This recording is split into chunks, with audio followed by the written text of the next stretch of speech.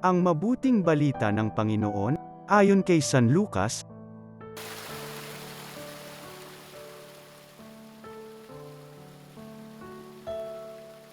Noong panahong iyon, sinabi ni Jesus sa kanyang mga alagad, "Tandaan ninyo ito, kung alam lamang ng puno ng sambahayan kung anong oras darating ang magnanakaw, hindi niya pababayaang pasukin ang kanyang bahay.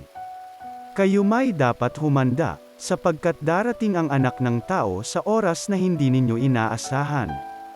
Itinanong ni Pedro, "Panginoon, sinasabi po ba ninyo ang talinghagang ito para sa amin o para sa lahat?"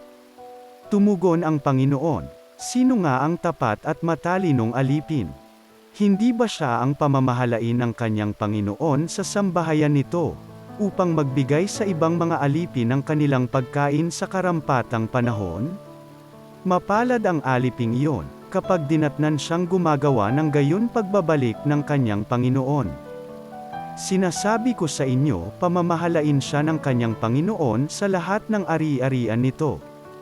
Ngunit kung sabihin sa sarili ng aliping iyon, matatagalan pa bago magbalik ang aking Panginoon, at simulan niyang bugbugin ang ibang aliping lalaki at babae, at kumain, uminom, at maglasing, darating ang Panginoon ng aliping yaon sa araw na hindi niya inaasahan at sa oras na hindi niya alam.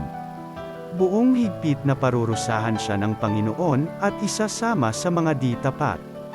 At ang aliping nakaalam ng kalooban ng kanyang Panginoon, ngunit hindi naghanda ni sumunod sa kalooban nito ay tatanggap ng mabigat na parusa.